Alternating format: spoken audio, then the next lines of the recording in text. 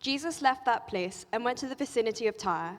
He entered a house and did not want anyone to know it, yet he could not keep his presence secret. In fact, as soon as she heard about him, a woman whose little daughter was possessed by an impure spirit came and fell at his feet. The woman was a Greek, born in Syrian Phoenicia. She begged Jesus to drive the demon out of her daughter. "First, let the children eat all they want," he told her, "for it is not right to take the children's bread and toss it to the dogs." "Lord," she replied, "even the dogs under the table eat the children's crumbs." Then he told her, "For such a reply, you may go. The demon has left your daughter." She went home and found her child lying on the bed, and the demon gone. The second story is going to be starting at that big chapter 8 under the title, Jesus Feeds the 4,000. During those days, another large crowd gathered. Since they had nothing to eat, Jesus called his disciples to him and said, "I have compassion for these people. They have already been with me 3 days and have nothing to eat. If I send them home hungry, they will collapse on the way because some of them have come from a long distance." His disciples answered, "But where in this remote place can we get enough bread to feed them?" "How many loaves do you have?" Jesus asked. 7, they replied. He told the crowd to sit down on the ground. When he had taken the 7 loaves and given thanks, he broke them and gave them to his disciples to distribute to the people, and they did so. They had a few small fish as well. He gave thanks for them also and told the disciples to distribute them. The people ate and were satisfied. Afterwards, the disciples picked up 7 basketfuls of broken pieces that were left over. About 4,000 were present. After he had sent them away, he got into the boat with his disciples and went to the region of Dalmanutha. Thanks so much. I love Marie Jo's story there. Do come and chat to her. Well, all of us from OICCU will be around. We'd love to keep chatting into the evening. And it's so cool how Marie Jo was asking those big questions, those big what-if questions during her time of studying. And many of us will ask the similar questions, but of course we come from a whole diverse load of places and different stories and different backgrounds. And I love the diversity of this university. In fact, I looked it up. There are 137 nationalities represented in our university. And think of all the languages then that must be part of this place that we call home. Even in this room, I wonder if we can get a bit of participation, okay? Does anyone speak at least a little bit of a different language to English? Okay, that's quite a few people, right? Keep your hand up if you're studying modern languages or ancient languages. Yeah, there's a few people around. What if you're studying in your second language? If English isn't your first language? Yeah, a few people. What about third language? Okay, well, maybe not quite yet. But I did meet someone the other day who was studying in their fourth language. I was like, that's elite. But there is such a rich diversity. I'm trying to learn a little bit of Persian at the moment, and I've got so much respect for people who can get their heads around a different language. But of course, language is far more than words. The famous linguist Noam Chomsky puts it like this: a language is not just words, it's a culture, a tradition, a unification of community, a whole history that creates what a community is. It's all embodied in a language. There's accents, aren't there? Dialects, verbal communication, body language. Walt Disney said pictures were his language. Martha Graham said dance was her language. Muichia Prada said fashion was her language. Well, I wonder this evening, what do you think God's language is? What do you think God's language is? Maybe silence. Because we're an atheist and we don't think God's even there. So what's he going to say? Maybe we think God might be there, but we don't really know what it'd be like. Maybe God sounds like his language is the kind of ambient buzz around as some kind of fuzzy force field. Maybe that's the language of God. Maybe you're like my Greek forebears and you think God speaks from a Zeus thunderbolt coming down from Mount Olympus. Or maybe we might think the language of the kind of famous holy scriptures is the language of God. Maybe Sanskrit or Hebrew or Arabic.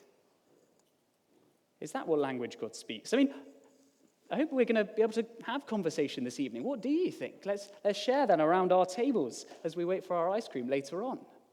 What language does God speak? And what if God spoke my language?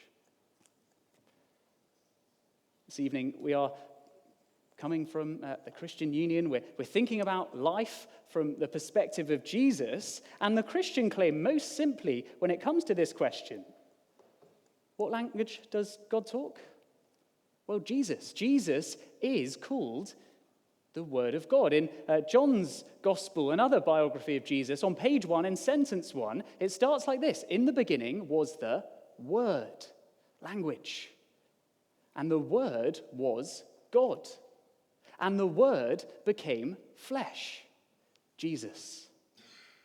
And so the Christian claim, most simply, if we want to know what language God speaks, and if he speaks to us personally, we've got to look at Jesus. And we can learn about Jesus from all sorts of things. You could Google Jesus. You could watch a film about Jesus. You can, even, as we said, you can speak with our friends. Maybe they're Christians. And we can pick up the difference Jesus has made in their lives, as Marie Jo has just shown. But I think if you want the simplest, clearest, most concentrated perspective on Jesus, you can't do much better than taking these books home with you. And they are our gift to you, these little eyewitness gospel accounts of Jesus' life. And we're going to be looking at one of these this evening, as Beth just read. And we're going to see Jesus on foreign soil. Did you know that Jesus took a holiday? And we've got it in front of ourselves today. He spent most of his life in the kind of Galilee, Jerusalem, Israel part of the world. But in this little story, we see him cross a border. He goes up to what's now Lebanon. He meets a Greek Syrophoenician woman. He speaks with a whole crowd of the locals from that region. And we don't get told exactly what language he's speaking, but there must be some kind of foreign language stuff going on there. What kind of language is Jesus speaking? And that's just crossing one border. We might say he crossed a bigger border. Theologically speaking, Christians say Jesus is the Son of God. And you can't go much further than from heaven to earth. What language does God speak?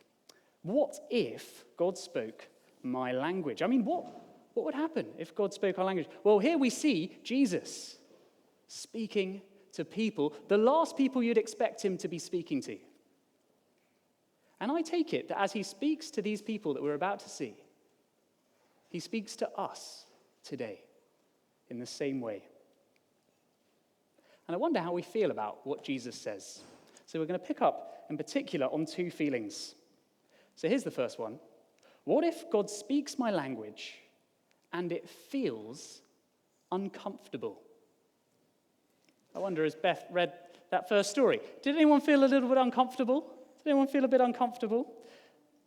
I'd not really read the Bible much before coming to uni. I'd read all sorts of fancy philosophy books, but I'd not read this simple little short story about Jesus. And I think what I expected to find when I heard the words of Jesus was something a bit more like the sage words of Confucius, or perhaps kind of the enigmatic tones of Master Yoda, or maybe just like a counselor or a therapist, or maybe like a sports coach cheering us up to get going before the big match. I didn't expect it to make me feel uncomfortable, but look at this. Look down again to that little number 24. Jesus left that place and he went to the vicinity of Tyre. This is kind of area like Lebanon.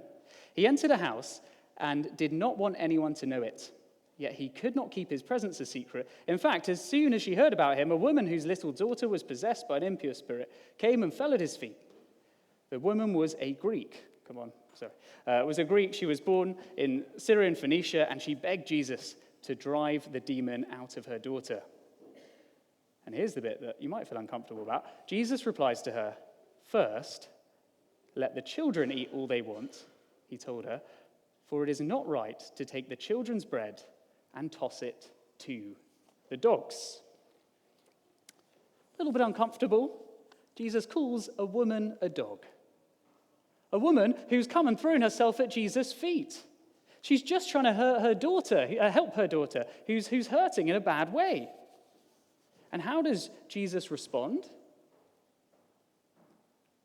Well, his first response is to say, "I'm a bit busy, and you're a dog." I actually had a question about that in the Q&A yesterday. It's a bit awkward, isn't it, for a comment for Jesus to make, dog? I don't think he's referring to her appearance, by the way.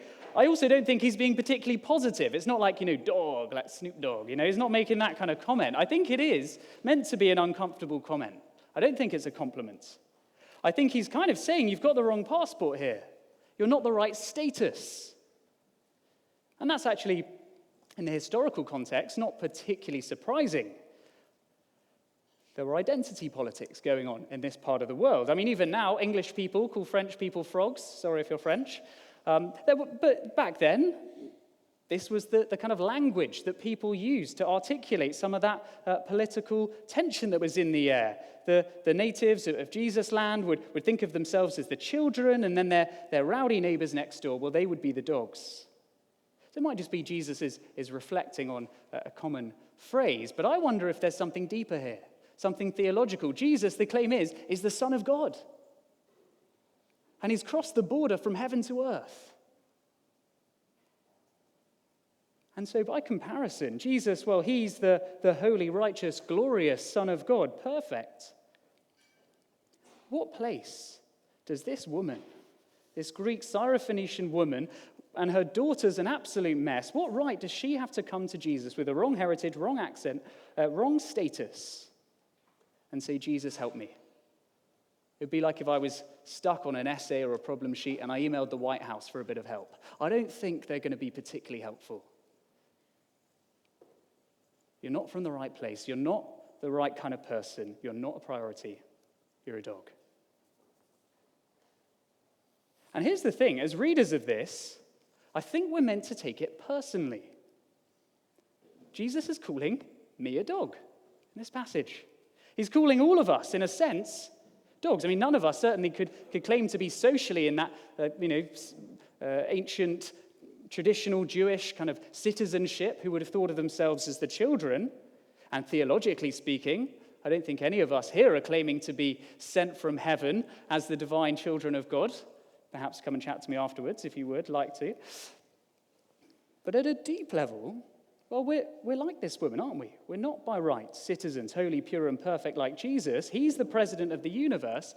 And well, if he is the Lord, the president of the universe, if there is a big God out there, what right do we have to demand anything from him?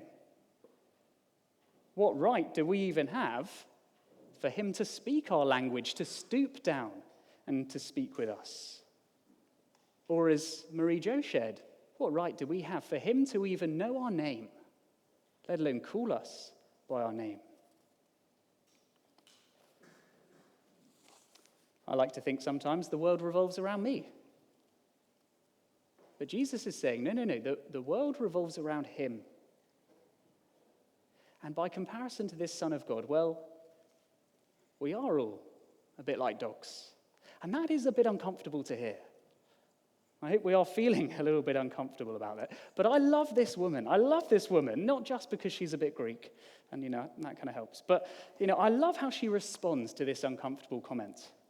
No one can be neutral about Jesus. Maybe you've heard a bit about Jesus, and you think, yeah, he's all right. He's quite nice. He's got some colleges named after him. He must be okay. You can't be neutral about this guy. He's just called you a dog. Now, I'm about to say, actually, it's wonderful if you really understand what that means and what Jesus can offer. That can actually be a wonderful thing. But you can't be neutral about it, especially if you don't believe the rest of the claims about him, if you don't see him as the Son of God. You can't be neutral about Jesus. But I love this woman. She's not outraged. She doesn't just slap him in the face and walk off. It's Valentine's Day. Don't call anyone a dog tonight. That won't go down well. She doesn't just storm off. She understands. She doesn't even accept what he says. Oh, no, I'm not very good, and kind of just sulk off. No, she gets who she is. In a way, she says, fair enough. I am unworthy. I am a dog. I'm not the right status. I'm not worthy of a citizenship passport in heaven. But she says, I know who I am, but I know who you are, Jesus. Look down at little number 28, verse 28. Look how she replies. Lord, she replied. Even the dogs under the table eat the children's crumbs. Have you heard of the website borrowmydoggy.com? This is about to make your lives much better. Okay, in third year, we used to go and pick up Goldie from a house in Iffley Road, and the owners of Goldie were like, they wanted someone to walk their dog, so we obliged. And so on like Tuesday afternoons, we'd go and pick up Goldie, bring her into college, and we had a happy time. And what was the best part of Goldie's day? Obviously, when we'd be eating. Why is that? Because there'd always be a few too many carbs on the plate at Unif canteen, and you'd put a few down on the floor, maybe even a sausage. And Goldie was very happy to get the crumbs under the table. Now, this woman knows who Jesus is. Do you see it there? She calls him Lord. Lord, that means you're the God of Israel. You are the president of the universe, and I've heard lots about you. That's why I've come over. And I've heard that you're good. And I know you must be safe. And I know you're going to help me. And you can imagine her looking Jesus in the eye. Give the dog their crumbs. And you can imagine at that moment, Jesus holds her eye and a big smile comes on his face. Because she's got it. She knows who she is, yes, but she knows who he is, more importantly. She knows that he's good. Actually, some of us will know there's not actually always a big problem with hierarchy. We live in a very anti-authoritarian kind of society here in the UK at the moment. But actually, a lot of us will know around the world, it's not a bad thing about respecting your elders, having leaders who actually you look up to and admire, especially when they're good. Of course, we hate it when power's abused, but it's a wonderful thing when those leaders we look up to are good. And she knows Jesus is good. And look down at verse 29, because Jesus does the good thing, and he grants her request. For such a reply you may go, the demon has left your daughter. And she went home and found her daughter lying on her bed, and the demon gone. Now you might be like, what's all this talk about demons? That sounds a bit crazy and weird. We had a talk on that on Monday, and it's going to go up on YouTube. So do look that up. That'll be really interesting. But it's not super critical for the point we're making here. We're just making the point that Jesus helps this woman. Why? Because she's understood something really deep about the project Jesus was working on. She accepts his logic. She gets the universe doesn't revolve around her. The universe does, however, revolve around him, and he is the Lord, and he's good. So he's going to share the crumbs. And I mean, we call them crumbs, but in a moment we're going to see that Jesus lays on a feast for these people. And she gets her whole life back in this moment. I mean, her daughter's been totally out of action, and now suddenly their family is restored. I mean, those are pretty good crumbs. Life fixed by Jesus. And maybe some of us have been on a similar journey. Maybe we feel like we're on a similar journey to Marie Jo. We're asking these big questions about life. And maybe we're hearing some things about Jesus, like, I get to live forever if I believe in him and have all my sins forgiven. I won't feel guilty anymore. And I get to eat curry like loads and have bubble tea. Great, I'm in. But where does it start? I think it's worth bearing this in mind. It starts when it comes to a relationship with Jesus with kind of a step down. A step down, it's, well, actually, like Marie Jo said, it's honesty. It's humility. It's realism. It's recognizing that, well, if there is this God stuff, who am I to demand he speaks my language? Who am I to be entitled to have God serve me on my terms? If he is the Son of God, well, who am I? Well, by comparison, maybe I'm not that different to a dog. So it's a bit of an uncomfortable thing, Jesus says. It's a bit of an uncomfortable thing. But I hope we've begun to see that actually, once you get it, it's quite wonderful. And we're going to think a bit more about that now, because it's only when we realize the uncomfortable truth about ourselves, but we see that Jesus is good, that suddenly we hear God speak our language, and it becomes wonderful. Because this isn't the end of the story, is it? We've just seen this second story being read out. And it starts off with this lady asking for crumbs, and where do we end up? With a big, all-you-can-eat family feast. That's there on this story on page 19. Now I wonder, has anyone ever been to High Table Have you been to High Table? When you graduate, a few people. When you graduate from Univ, chaps will be keen to know, and any other, maybe you'll do this in your college, you get offered a free High Table meal every year. It's amazing. The college pays, and you get to go up. Did you know High Table get different formal food to everyone else? They cook 2 things, and it's more tasty.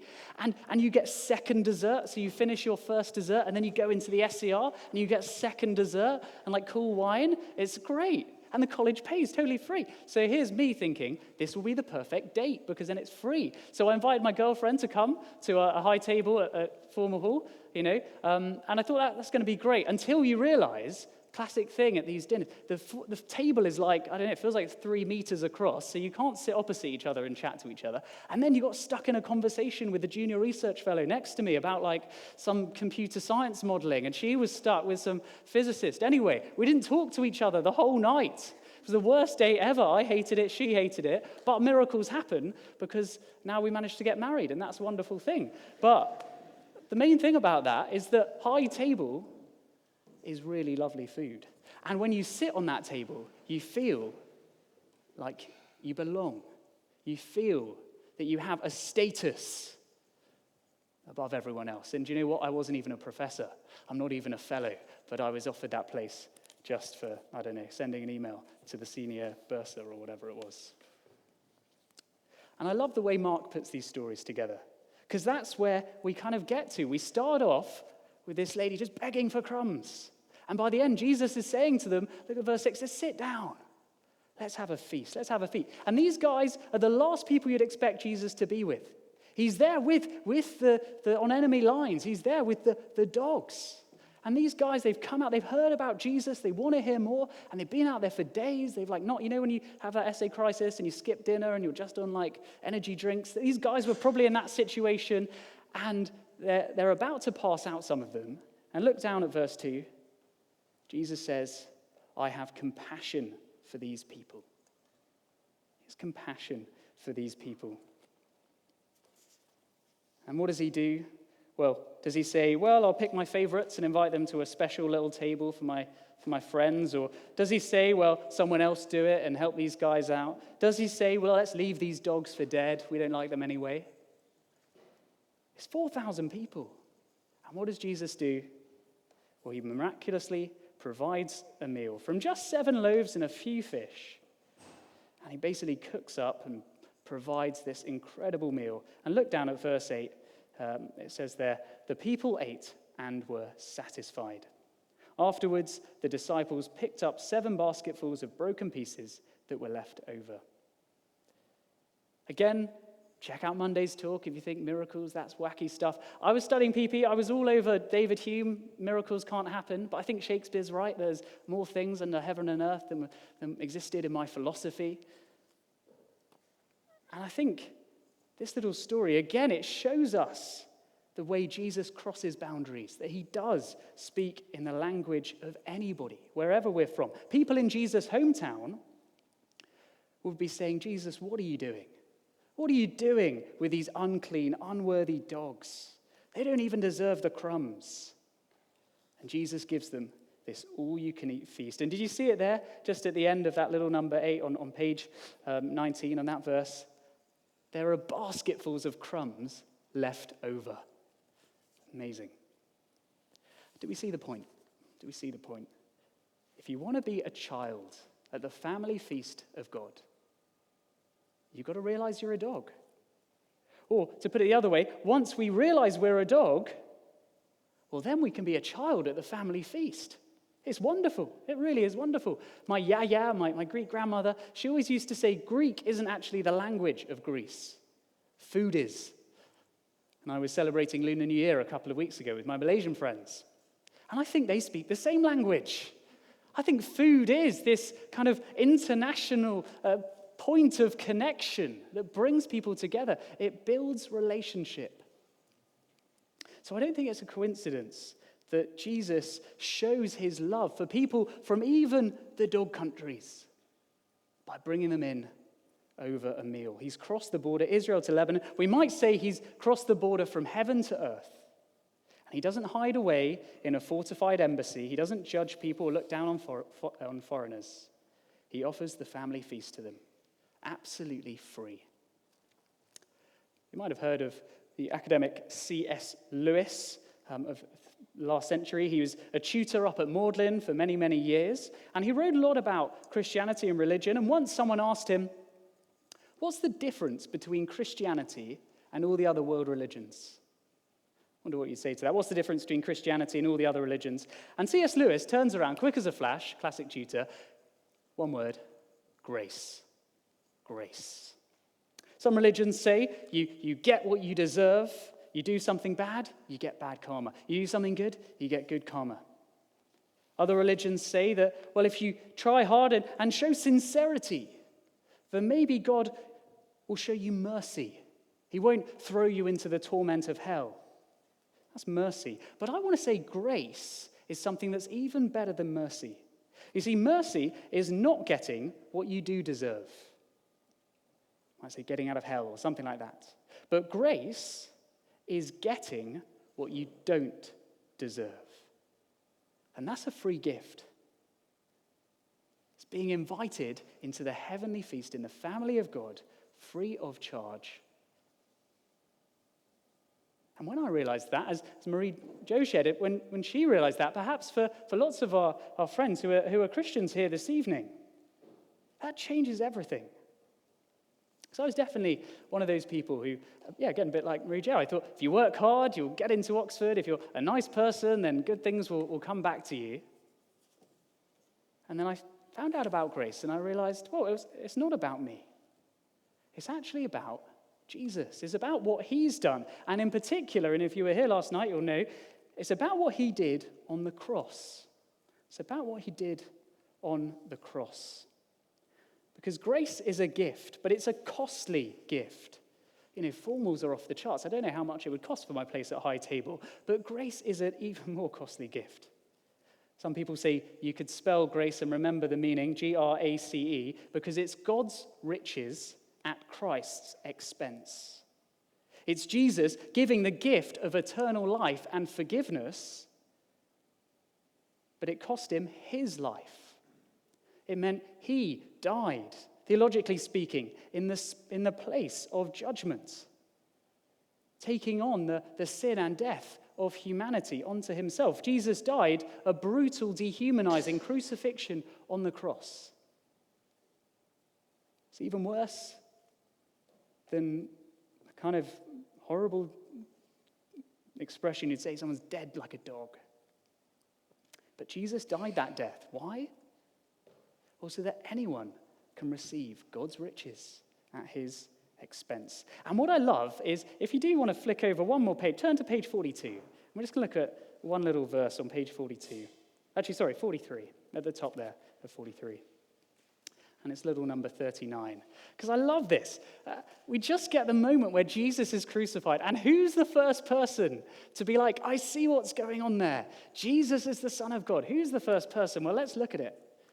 On page 43 at the top there, and when the centurion who stood there in front of Jesus saw how he died, he said, surely this man was the Son of God.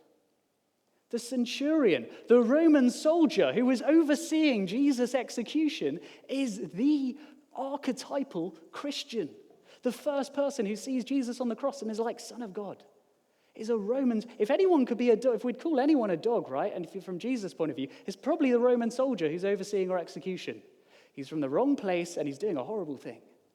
And yet, Mark, as he writes this, is showing even this person sees who Jesus is.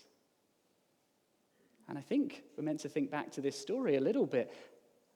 And he's the kind of person who could have a place at the family table with Jesus himself. We might think, oh, I couldn't follow Jesus because I'm not from the right place. I'm not from the right background. My parents aren't the right kind of people. I don't know all the facts about all the different bits of the Bible or whatever. Well, think of that Roman centurion. You couldn't be much further away than him. And yet, he is the archetypal Christian in this eyewitness account of Jesus' life. It changed everything for me. This message has changed the world down the centuries. And it's not because of what we do. It's not because of who we are. It's simply because of who Jesus is. This claim that the Son of God who's good, and he gives us far more than we deserve. He gives us life, and we'll think more this evening about the life he offers as he rose from the grave. But that's a life, it's not the life of a pet dog. It's the life of a child who belongs in the family, who has a seat at the family high table, paid for by Jesus, by his death on the cross, and received simply by coming to Jesus and trusting in him in our hearts as the Son of God who is good. What if God speaks my language? Well, it might be uncomfortable. He's called all of us a dog this evening. But if we see who he is, we see Jesus is the good Son of God, well, then it becomes wonderful. Then it becomes wonderful. And maybe for some of us, we've been thinking a bit about Jesus for a while. And we might want to say, yeah, I want to be at that table. I want a place there. Well, Michael shared a little bit yesterday night, and it's well worth staying this evening. But he shared about 3 words. And actually, they're probably the 3 words. If you're learning a foreign language, you need to nail down pretty quickly. Sorry, thank you, please. I think I've got them in Persian. Babakshid, Mamnoon, Lutfan. They're really important words. And they're really important words when we talk to God, just as Marie Jo did when she prayed earlier. And if you would like to, even now as I speak, you could echo these words in your heart, or perhaps just keep it in your mind, and later on you might want to go and just have a quiet time and talk to God and say something like, sorry, I am unworthy. I have no right to presume to have a seat at the table of God. I'm sorry, Lord, I'm a bit like a dog, really. We then might want to say thank you. Thank you for sending Jesus. Thank you for your grace, that he would die for me and offer me life for free. And we might say, please, let me in. Let me in to your family. Let me sit at the table. And then you can imagine Jesus' face lighting up with a smile as he says, you get it, and come to me.